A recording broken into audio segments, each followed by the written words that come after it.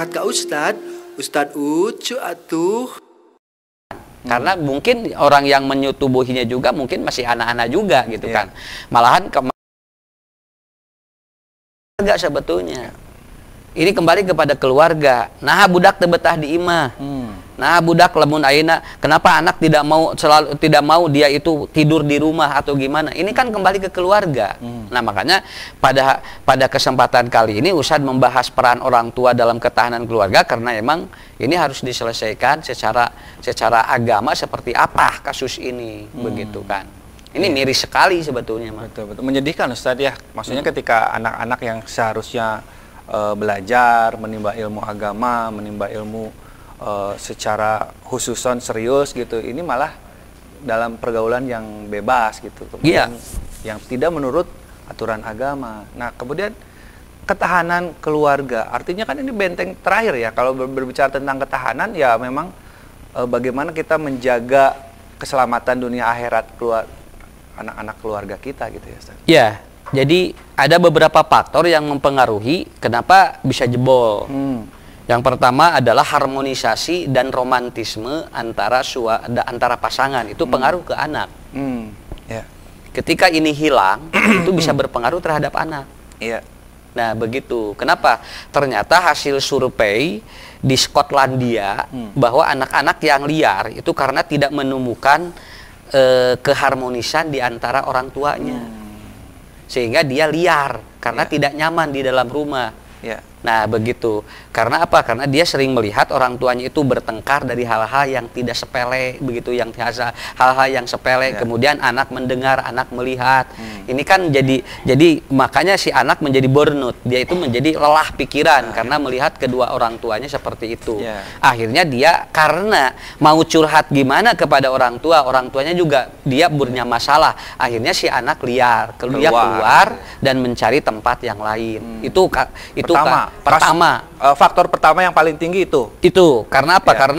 Karena kan kalau orang sudah kehilangan harmonisasi dan romantisme itu kan akan berpengaruh terhadap ketahanan keluarga. Tidak nyaman anak di rumah kalau lihat ibu bapaknya tidak nyaman. Maka dia jangan aneh ketika dia mencari kenyamanan di luar, begitu kan. Nah, ini faktor yang pertama gitu kan. Jadi makanya kenapa Bu ya? Kenapa kita harus menurunkan ego? Kenapa kita harus menurunkan daya emosi? Karena emang ada bawaan lagi rahoyong rame wae lamun aya masalah teh gitu kan. Tapi kalau kita tidak belajar dari situasi ini gimana? Nah, urang kudunya teh ka budak gitu kan. Jadi jangan sampai kita begini, jangan sampai kita kan bae nu penting mah puas, bukan. Masalahnya di anak gimana gitu kan. Ari urang mah puas bener nya, meni asa plong geus ngaluarkeun teh nya hareupeun salaki bebeakan gitu nya. Sigana teh ni plong pikiran teh asya tuman tah cenah. Geus geunah ieu cenah. Nya sare ngan budak teh sarare. Ibuna mah suaminya juga sama, dia asa plong mun geus nyarekan su istri atau istrinya juga. Dia betul plong, tapi anak gimana? Kenapa? Karena itu efeknya luar biasa. Nah ini, jadi harmonism, makanya ada sebuah teori dalam ilmu psikologi, self harmonism. Self harmonism begini, kalau dia pasangan kita tidak bisa, baik urang sorangan lah. Baik sorangan, urang diajar we. Begitu. Ini paling sulit jo Bu. Self harmonism paling sulit. Mengelola sendiri sedangkan pasangan tidak memperlakukan sama. Itu paling hese. Modal urang hayang seuri eueuh batur gitu. Nya kan ari aya batur kan urang teh. Ieu teh urang teh keukeuh hayang ingin memberikan senyum kepada dia. Cuman itu enggak membalas. Sok kabayang teh Bu. Kabayang ka urang lagi, tapi kita harus melawan itu. Urang teh seuri we ka payuneun rencangan teh. Tapi itu teh ngajawab ngadon jamedud kan bae Bu. Naon sababna? Itu namanya self harmonism. Jadi artinya biarkan kita memberikan perlakuan yang terbaik, orang membalas tidak juga nggak masalah. Nah seperti itu. Ilmu ikhlas teh ya tadinya senyum terserah lah bagaimana. Iya mangga we lah. Umum ngadale ke jeung jamanu teh ulah dibalas Bu, biasa masuk dibalas. Nah, jadi faktor pertama yang membuat pertahanan keluarga itu rapuh, yang pertama sudah tidak ada harmonisasi dan romantisme. Itu begitu. Yang pertama itu ya Ustaz. Jadi antara harmonisasi suami dan istri itu yang efek ke anak gitu ya, secara psikologis ya, secara kebatinan, secara kejiwaan. Nah itu baru yang pertama Ustadz ya, faktor yang mempengaruhi ketahanan keluarga tadi kata Ustadz, harmonisasi. Bagaimana suami dan istri itu harmonis, romantis, yang efeknya ke kejiwaan anak. Nanti dilanjut lagi Ustadz, yang kedua itu apa dan selanjutnya. Sobat Ustadz jangan kemana-mana, kita akan kembali lagi setelah pariwara berikut ini. Tetap di Curhat Kak Ustadz, Ustadz Ucu atuh, Masya Allah.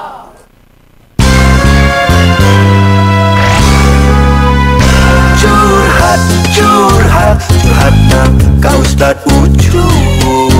Ustadz Ucu, aduh lucu nu tawa, aduh jamaahna selamatnya akhirat, curhatna ka Ustadz Ucu.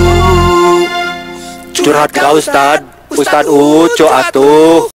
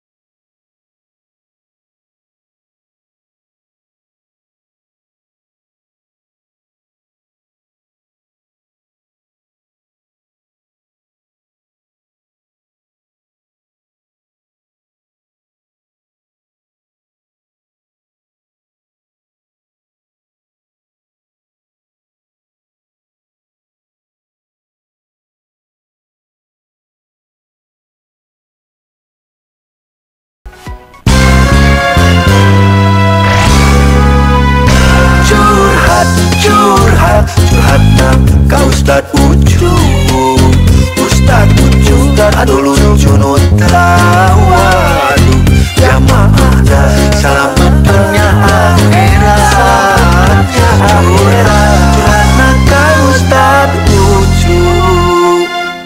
Curhat ka Ustad Ucu atuh.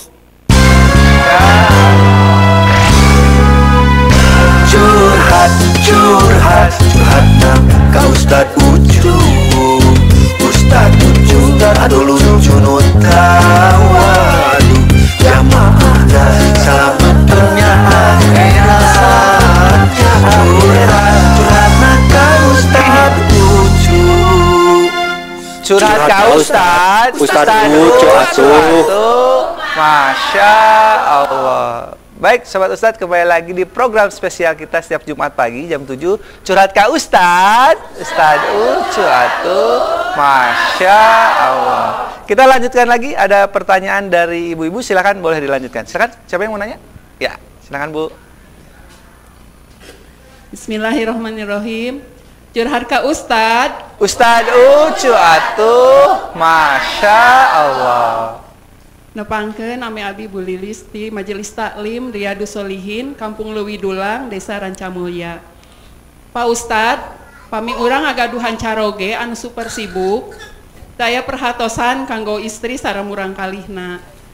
Kumaha sikap urang sebagai seorang istri janten benteng pertahanan kanggo kulawargina. Hatur nuhun, jazakallahu khairan katsiran. Ya, baik, terima kasih Ibu. Ini bagaimana Ustaz kalau suaminya super sibuk? Ya. Jadi anak dan istri itu jarang dibelai gitu ya, Bu. Bagaimana nih Ustaz? Ya, kalau pertanyaannya bagaimana, pasti jawabannya ya ibu mau bagaimana? Mau diganti dengan yang tidak sibuk? ya. Oh, cenah alim cenah. Ya, alhamdulillah abdi mah cenah pun lanceuk teu sibuk ngagoler we haben. Nah, begitu. Jadi jadi begini Bu ya. Ada satu masa sebetulnya kemampuan orang itu dia berada pada posisi yang down. Sesibuk apapun akan diberitahukan oleh Allah. Ya. Tah biasanya lamun dibejaan ku urang temempan biasanya ku Allah. Sakitu. Dan saya juga merasakan begitu acara luar biasa jo nguliat patuangan. Wah, jo mulai sing teh rek di istirahat heula. Nah, begitu. Ya. Jadi sebetulnya manusia itu tidak akan ada yang mampu 24 jam. Nah, Bu bagaimana sebagai istri Ibu paling mengingatkan disebut balancing life. Pak, saimbangkeun atuh hirup teh. Da urang teh cenah moal haben ngagugulung ususan harta wae. Yu atuh urang ieu. Itu juga saya sedang belajar sebetulnya. Saya juga sedang belajar Kang Erdi. Ibu-ibu kada usah gitu belajar. Kenapa? Karena banyak juga mubalik-mubalik yang dia itu juntai. Karena apa? Emang kesibukan. Iya. Begitu. Terkadang lupa hak tubuhnya saja. Itu. Jadi sehari kajian kalau 5 kajian luar biasa gitu. Iya, terasa itu. Ya, dan emang gimana? Kadang gini, Bu ya, jamaah itu tidak tahu bahwa kedua ustad di mana we sok anu nyelap kadang gitu nya. Iya. Jadi hari itu gerak itu mah muhun. Karena bagi kita juga sama. Tapi intinya gini. Ada waktu untuk thalabul ilmi, ada waktu untuk ibadah, ada waktu untuk cari nafkah. Itu aja bagi 3. Bagi 3 aja skemanya. 1, ada waktu untuk cari ilmu, ada waktu untuk ibadah, ada waktu untuk cari nafkah. Nah, tinggal ibu nanti suami ada gak untuk ibadahnya? Suami ada gak waktu untuk cari? Biarkan dia mengikuti kesibukan menurut kemampuannya, begitu aja. Ya. Nah, kemudian kalau sebagai istri nih, Ustaz, kan kalau suami itu kan pasti di luar nih, kalau lagi sibuk, maksudnya gitu ya. Nah, kalau ibu sebagai benteng pertahanan di rumah harus seperti apa, Ustaz? Nah, harus menjadi seorang yang posisinya single parent kalau begitu. Single parent itu kan bukan ditinggalkan mati saja. Suami sibuk juga itu single parent. Nah, bagaimana nanti ibu dapat menghandle seperti Siti Hajar ketika dia berpisah, ketika dia tidak dipertemukan dulu dengan Ibrahim. Silakan ibu punya pertahanan. Atur dalam rumah gimana. Posisi yang biasanya dilakukan oleh ayah, ibu handle untuk anak gitu kan. Ya. Jadi ada peran orang tua laki-laki biasanya, Iya. suami gitu. Sama ibu juga harus belajar menjadi ayah gitu ya. Jadi apa peran-peran yang biasanya ayah lakukan sama ibu gitu ya. Di-handling Di-handle dulu. dulu sementara gitu ya. Tapi tetap komunikasi dengan suami gitu. Ya, ya, ya. Itu dia yang harus dilakukan. Silakan, ada lagi pertanyaan selanjutnya? Ya.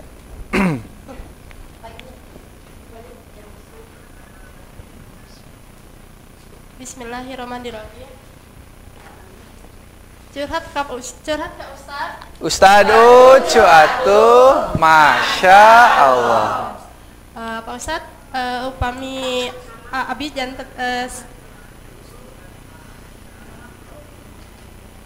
Pak Ustad, kumaha kami urang salaku ibu stacan tiasa jantan madrasah dalam pertama kanggo murang kali urang masih kakak bawa padahal kohoyong mah kagaduan urang kali ini soleh-solehah.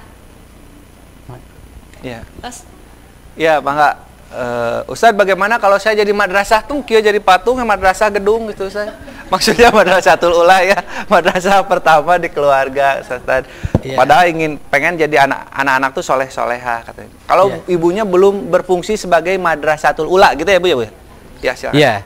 Jadi teorinya begini, al-umu madrasatul ula wa abuha itu mudarrisuha. Sebuah lembaga pendidikan kalau kurikulumnya tidak bagus ya tidak bagus. Walaupun nanti benteng ataupun lembaga pendidikannya bagus, tapi kalau kurikulumnya jelek ya jelek. Dan kurikulumnya itu ada di ayah. Tetap aja ibu nggak bisa menyalahkan bahwa ini kesalahan saya. Kenapa? Kurikulum yang dibangun oleh suami apa di dalam rumah. Jadi tetap aja sinergi. Cobiannya ibunya, ibu mapahnya ti dia dugi kaditu ngange sampean hiji. Udah capek teteh. Nyage kadinya acolok-acolokan pandangan sampean hijinya. Tapi lamun kedua mah pan enak. Ta eta disebut teh madrasah dengan kurikulum teh itu. Jadi seperti jalan kaki. Jadi begini, kaki kanan, kiri. Jadi kalau kanan ke depan, kiri ke heula. Kayak gitunya. Coba lamun dua Nah begitu. Jadi yang disebut kerjasama itu lain kedah bareng.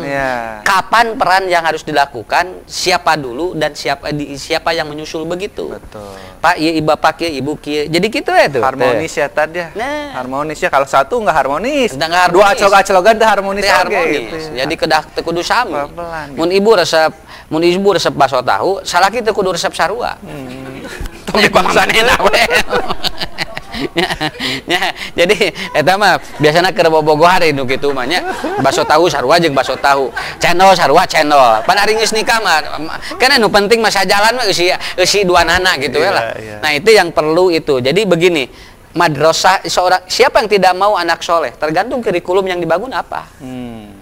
Walaupun bangunannya hebat madrasah itu, tapi kurikulumnya jelek, anggar we. Dan nu pokona budak mah lain ningali bangunan.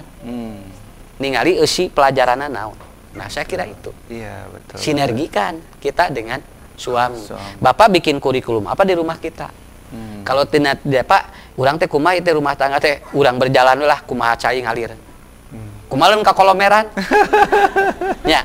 Jadi harus jelas bagaimana. Iya. Jadi iya pelajaran kurikulum lah. Kurikulum ada di suami dan madrasah bangunan ada di ibu. Ya, Ustaz, terkadang Ustaz, jadi memang ada karakter yang berbeda. Jadi ada misalkan ibunya yang tipikal pemikir, bapaknya yang operator gitu ya, maksudnya pelaksana. Atau ada yang sebaliknya, bapaknya yang pemikir, ibunya yang pelaksana gitu.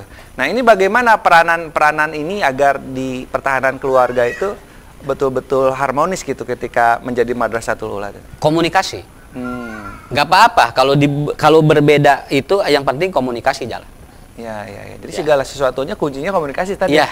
Ibu, ayah, anak gitu ya. Komunikasi. Bagaimana tadi kurikulum juga ya memang harus jelas ya kemana arahnya gitu ya. Nah gitu. Masya Allah. Ini Ustadz nggak kerasa nih Ustadz, kita sudah 60 menit menemani sobat Ustadz di rumah. Artinya harus mulai closing statement nih Ustadz. Kesimpulan kali ini apa sih ketahanan keluarga itu seperti apa?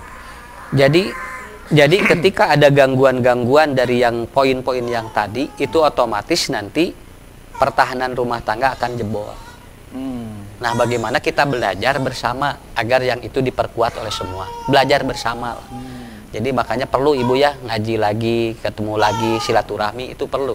Untuk apa? Supaya nanti pertahanan ini itu menjadi bagus. Saya kira itu. Dan selalu berdoa kepada Allah, mudah-mudahan kita menjadi rumah tangga yang itu yang didambakan oleh Allah, begitu ya. Amin, amin. Saya kira itu intinya, belajar dari sebuah kelemahan-kelemahan.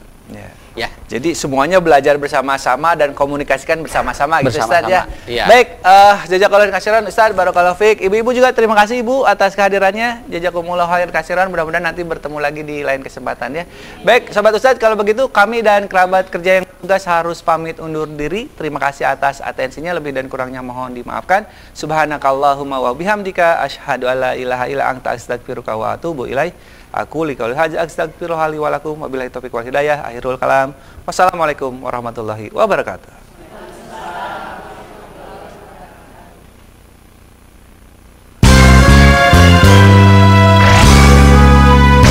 Curhat, curhat, curhatna ka Ustad Ucu.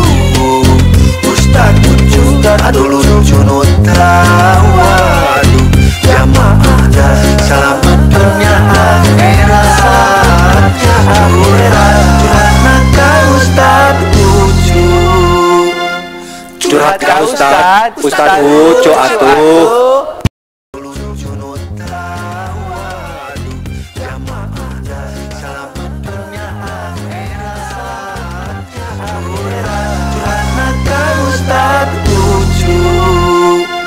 Curhat